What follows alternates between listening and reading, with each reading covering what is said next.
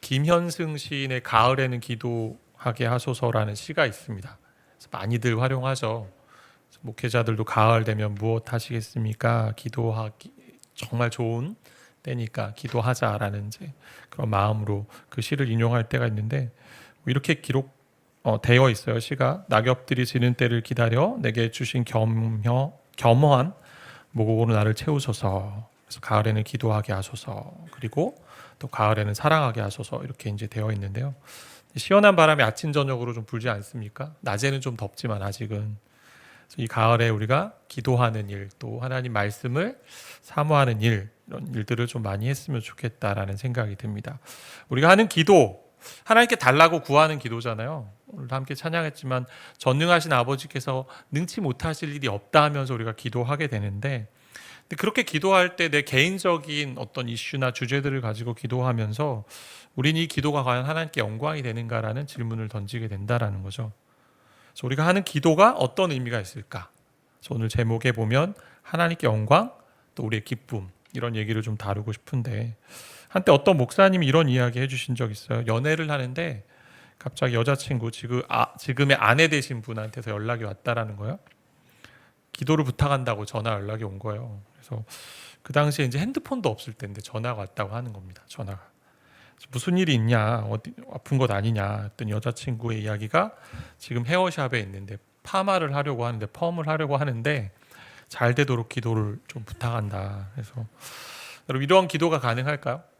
저도 어제 헤어샵에 갔는데 이런 기도를 했어야 됐을까? 제가 생각을 해보는데, 그러니까 이런 기도는 왠지 이기적인 소원을 아뢰는 기도처럼 보이잖아요. 하나님 영광과는 관계가 별로 없는 것 같고.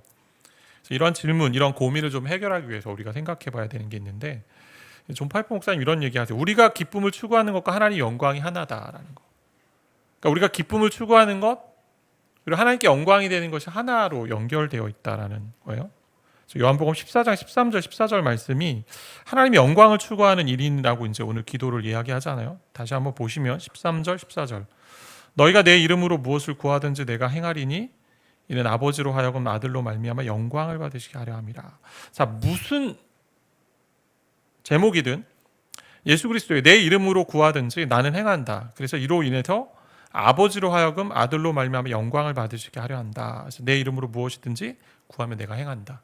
그러니까 너희가 기도하면 하나님께 영광이 된다라는 거예요. 하나님께. 그럼 하나님은 우리의 기도에 응답해 주신다고 말씀하고 계십니다.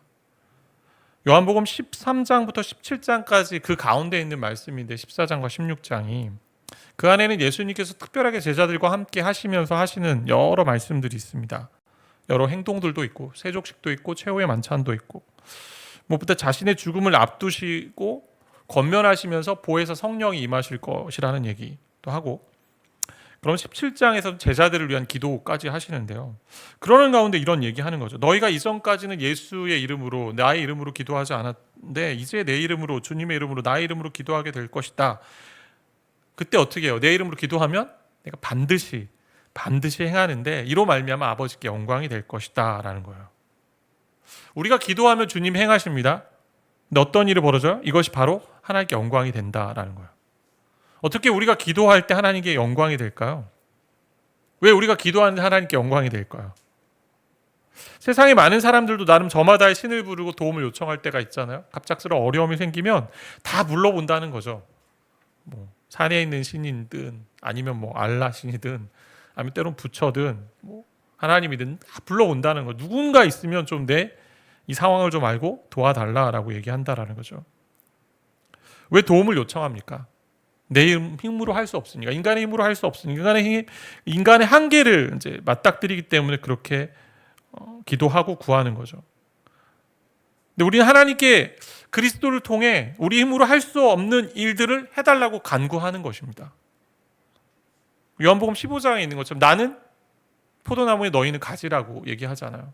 너희가 내 안에 거하고 내 말이 너희 안에 거하면 무엇이든지 원하는 대로 구하라 그리하면 이루리라 라고 하고, 내가 너희 안에 있고 또 너희가 내 안에 거하면 사람이 열매를 많이 맺나니 나를 떠나서 너희가 하나도 열매를 맺을 수 없다라고 얘기하거든요. 아무것도 할 수 없다. 그러니까 하나님을 떠나서는 아무것도 할 수 없는 존재가 우리 인간이죠. 우리 인간이라는 얘기예요. 그래서 기도를 통해서 하나님이 영광을 받으시는 이유는 뭐냐? 무엇이냐? 기도가 그리스도 없이는 우리가 할 수 있는 것이 아무것도 없습니다라고 인정하는 자리이기 때문에, 철저하게 우리 힘으로는 할 수 없습니다라고 고백하는 자리가 되기 때문에 하나님께 영광이 되는 거예요. 무슨 얘기냐? 하나님이 전능하시다라는 걸 인정하는 거고요. 우린 무력한 존재라는 걸 인정하기 때문에. 그래서 내 힘, 내 자원으로는 아무것도 할 수 없습니다라고 인정하고 의지하는 행위가 기도이기 때문에 기도가 하나님께 영광이 된다. 왜? 당신만이 하실 수 있습니다라고 얘기하는 거기 때문에. 그래서 기도는 철저하게 낮은 자리로 우리를 인도하는 거고, 또 하나님은 전능하시고 부요하시고 모든 걸 다 하실 수 있는 능력의 하나님으로 인정하는 것. 그래서 기도를 이렇게 표현한 분이 있어요. 무력이 전능에 기대는 것이다. 기도는. 그러니까 시편 50편 15절에도 이런 말씀 있잖아요. 같이 좀 읽겠습니다. 읽어볼까요? 환난 날에 나를 부르라. 내가 너를 건지리니 내가 나를 영화롭게 하리라. 영광을 돌린다라는 얘기잖아요. 환난 날에 우리가 무엇을 하겠습니까? 어떤 내 힘을 의지해보고, 내가 가진 자원을 끌어보고, 또 주변의 사람들에게 도움을 요청하고. 근데 그렇게 하지 않고 믿는 자는 어떻게 해야 되냐? 우리의 모든 삶을 주관하고 계신 하나님, 그 하나님을 의지하는 것, 그럴 때 하나님께 영광이 된다는 거죠. 과거에도 한번 얘기한 것 같은데, 아이가 방에서 낑낑거리고 있습니다. 무엇인가 짐을 꺼내기 위해서 박스에 막 있는 그 가운데 장난감을 꺼내라고 낑낑거리는데 안 되는 거, 막 이것도 옮겨보고 저것도 옮겨보는데, 그래서 결국 나자빠 버리고 그 다음에 어떻게 돼요? 울기 시작하는 거죠. 그 울음소리를 듣고 아빠가 가죠. 달려가 보니 아들이 이제 막 울고 있는 거. 왜 그러냐? 왜 울고 있냐? 내가 저기 장난감을 꺼내라고 하는데 이걸 막 옮겨보고 오는데 안 되는데 막 짜증이 나고, 그러다 보니까 다 했냐? 네가 할 수 있는 일 다 했냐? 다 했다고 하는 거죠. 근데 아버지가 이렇게 이야기하죠. 너가 한 가지 안 한 게 있다. 뭘 안 했어요? 아버지께 부탁을 안 한 거죠. 도와달라고. 그러니까 하나님께 도움을 요청하는 것이 그분에게 영광이 되는 이유는 이 모든 것을 해결하실 분은 하나님으로 인정하기 때문에, 다른 것 인정하지 않고 하나님만이 이 모든 것을 해결할 수 있습니다라고 기도하는 거기 때문에 기도가 하나님께 영광이 된다는 거죠. 우리가 기도하지 않으면 그럼 하나님께 영광이 안 되는 거죠. 어떤 면에서. 그렇게 볼 수 있죠. 우리가 간구할 때 하나님이 응답해 주실 것을 믿고 나아가니까. 그렇다면 우리 마음에 있는 소원 다 올리면 됩니까? 다 올리라고 하시잖아요. 무엇이든 다 기도하라고 말씀하시잖아요. 때로는 기도하면서 인간 중심적인 기도가 되는 것처럼 여겨질 때도 있잖아요. 이런 기도해도 되나? 근데 그것의 기준이 있습니다. 어떤 기준일까? 우리가 기도하면서 하나님 안에서 만족하려고 하는 열망이 있으면, 하나님 안에서 행복하려고 하는 열망이 있으면 자기 중심적인 기도라고 할 수 없습니다. 그러니까 내가 기도하면서 이 기도를 통해 하나님 안에서 만족하고 싶고 하나님께 영광을 돌리는 가운데 있는 것을 내가 인정한다라면 자기 중심적인 기도가 될 수 없다라는 얘기예요. 무슨 얘기냐? 우리가 기도하면서 결국은 뭔가 해결을 원하잖아요. 다른 말로 표현한다면 선물을 받는 거 아닙니까? 문제 해결의 선물. 근데 이 선물을 받으면서 어때요? 우리는 선물 받고 땡, 이것이 아니고 이 선물을 받으면서도 선물을 주신 하나님께 초점을 맞추면 그게 영광이 된다라는 거죠. 하나님이 해결해 주신 그 해결책, 그리고 하나님이 허락하신 그 문제 응답, 이걸 받았음에도 불구하고 그걸 통해 결국 하나님을 더 바라보고 하나님을 더 갈망하고 찾는다면 우리가 하는 모든 기도는 하나님께 영광이 된다라는 거죠. 우린 피조물이기 때문에, 연약하기 때문에 하나님께 기도할 수밖에 없는 존재입니다. 아니, 기도해야 합니다. 그래야 살 수 있죠. 근데 그 기도를 통해 모든 것을 공급해 주시는 하나님께 더 초점을 맞추면 그게 하나님께 영광이 된다. 왜? 하나님을 하나님 자리에 놓는 것이기 때문에. 그러니까 모든 것을 풍성하게 공급하신 하나님을 인정하는 자리가 되기 때문에.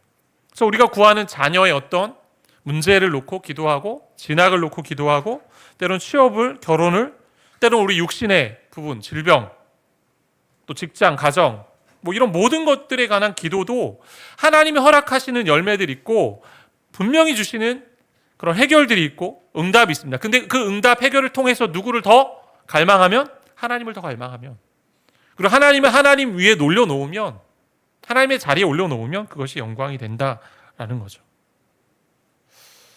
저희 아들이 이제 초등학교 때 체육대회 나간 적이 있는데, 지금도 달리기를 되게 잘해요. 달리기 잘하는데 자기 반에서 개주 대표로 나갔어요. 청팀 100팀 이제 하는데 각 팀에서 32명이 뛴다라는 거예요. 32명. 반바퀴씩 뛰는 거죠. 우리가 같이 기도한 적이 있으면 잘 뛰게 해달라. 내일 가서 잘 뛰게 해달라. 아들도 이제 초등학교 때 잘 뛸 수 있도록 기도해달라. 어떻게 됐을까요? 다음날 네, 우리 아들이 이제 청팀이었는데 중간에 한 선수가 넘어져서 청팀이 졌대요. 중간에. 근데 비록 승리를 위해 기도했지만 승리하지 않았음에도 불구하고 어때요?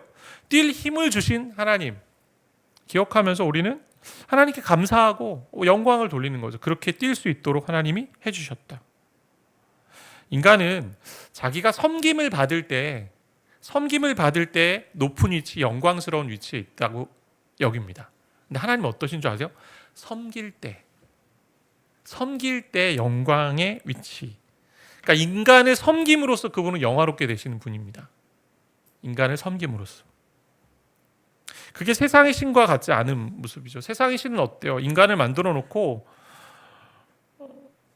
나의 외로움을 채워달라는 것이고 노동력으로 사용하겠다라는 것이고 나를 위해 너희들이 무엇을 해서 내가 영광을 받겠다라는 것. 하나님 그럴 필요가 없으신 분이 이미 영광스러우신 분이시고 우리를 통해서 영광 받으실 분이 아니세요.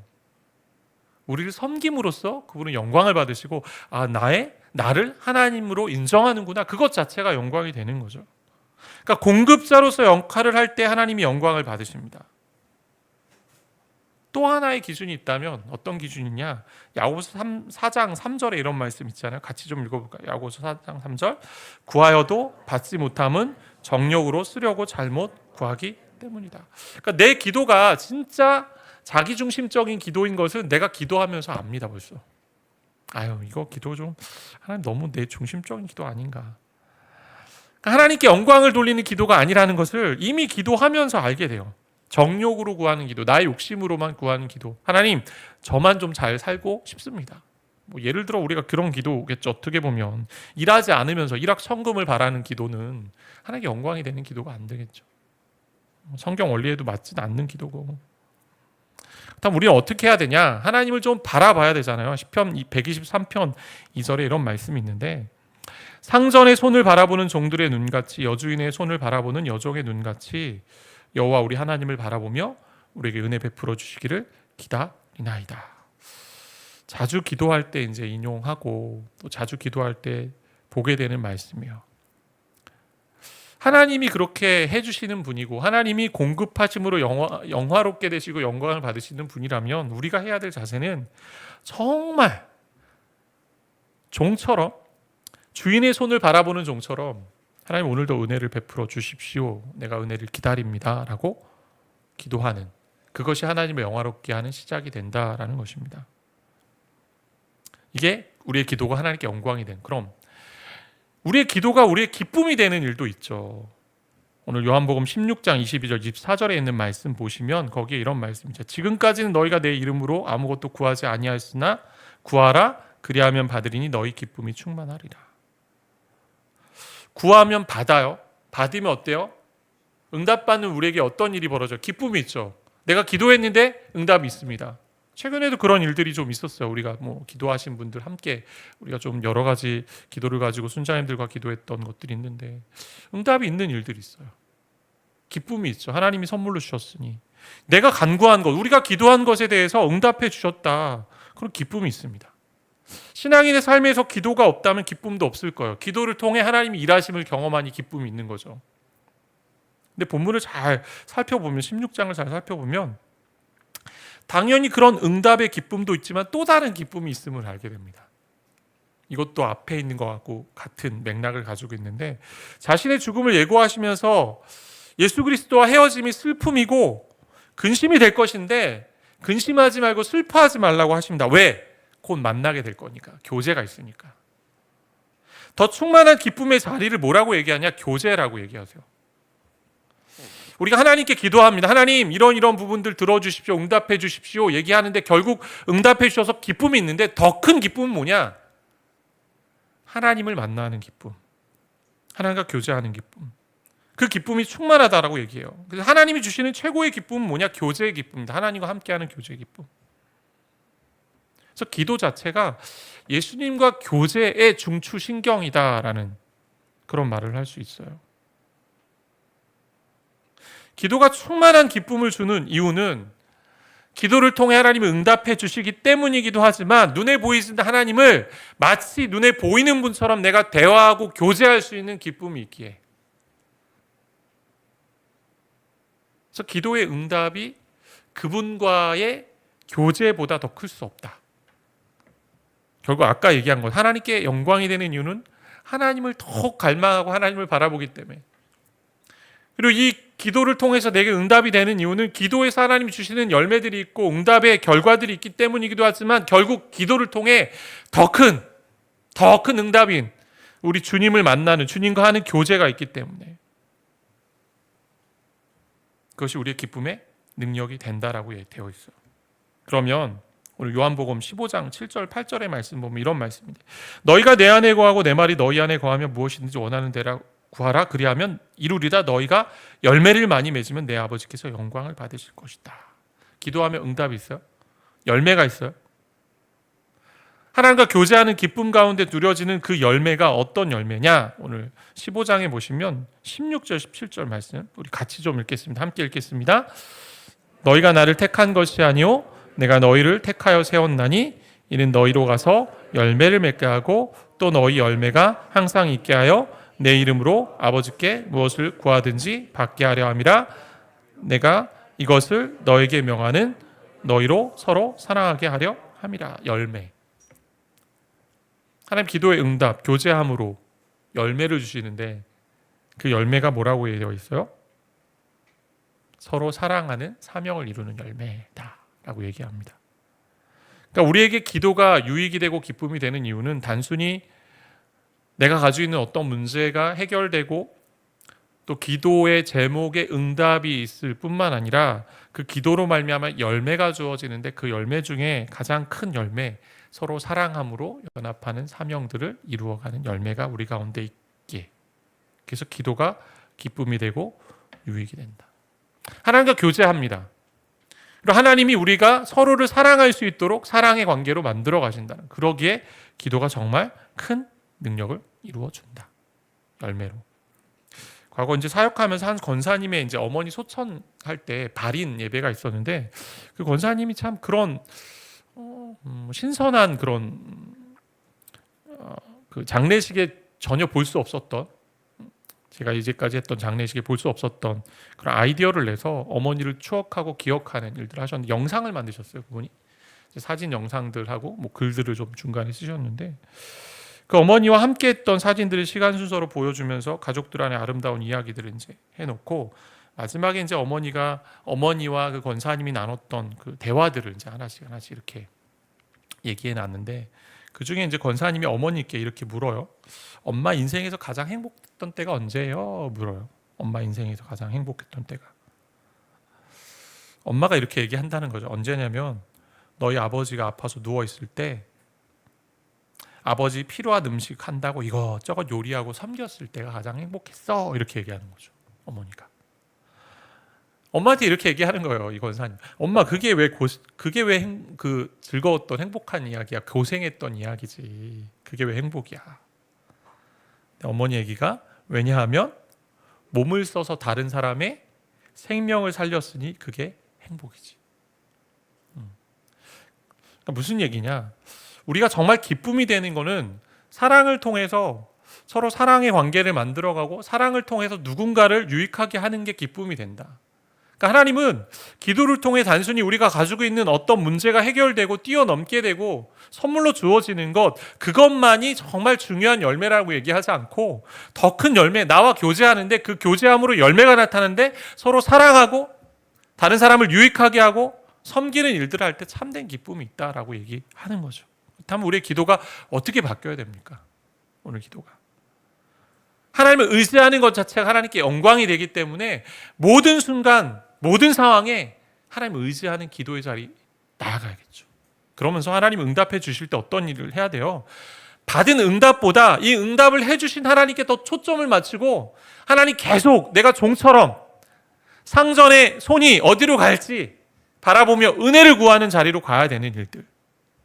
그리고 또 하나, 그래도 응답이 주어졌을 때 내가 기뻐하고, 근데 그 기쁨 가운데 더 기뻐해야 되는 이유는 하나님과 교제하고 주님을 만나는 교제의 자리에 있었기 때문에 기뻐하고, 그리고 그로 말미암아 열매를 맺게 하는데, 사랑하는 사명들을 이루어갈 수 있도록 주변의 사람들을 세우고 일으키는 일들 하게 하는 그 기쁨, 그 가운데 우리가 기도해야 된다라는 거죠. 우리가 이 가을에 좀 함께 기도의 자리로 갔으면 좋겠습니다. 요즘 제 마음에 참 안타까운 그런 마음들이 있어요. 뭐냐면 저도 청년회 때 젊은 시절 교회를 통해 기도를 배웠는데, 우리 성도들이 기도를 과연 배우고 있는가? 뭐 신앙생활 우리 두 가지이잖아요. 하나님과 함께 교제하고 대화하고 만나야 되는데, 말씀과 기도를 통해 만나게 하셨잖아요. 근데 정말 기도를 배우고 있는가? 우리 다음 세대들이 기도를 배우고 있는가? 또 교회가 기도를 가르치고 있는가? 그래서 정말 말씀을 잘 배우고 잘 경험하고 있는가? 우리가 함께, 우리가 주님이 이 땅에 오셔서 습관을 조차 기도의 자리에 나가셨던 것처럼 기도하실 필요가 없는 분이 기도하는 자리에 가셨다라는 것은 기도가 하나님께 영광이 되는 것이고, 우리의 기도를 통해 하나님 일하시는 것 자체가 하나님 영광이 되고 또 우리 기쁨이 되는 것, 그런 자리에 이 가을 좀 나아가시는 저와 여러분이 되었으면 좋겠습니다.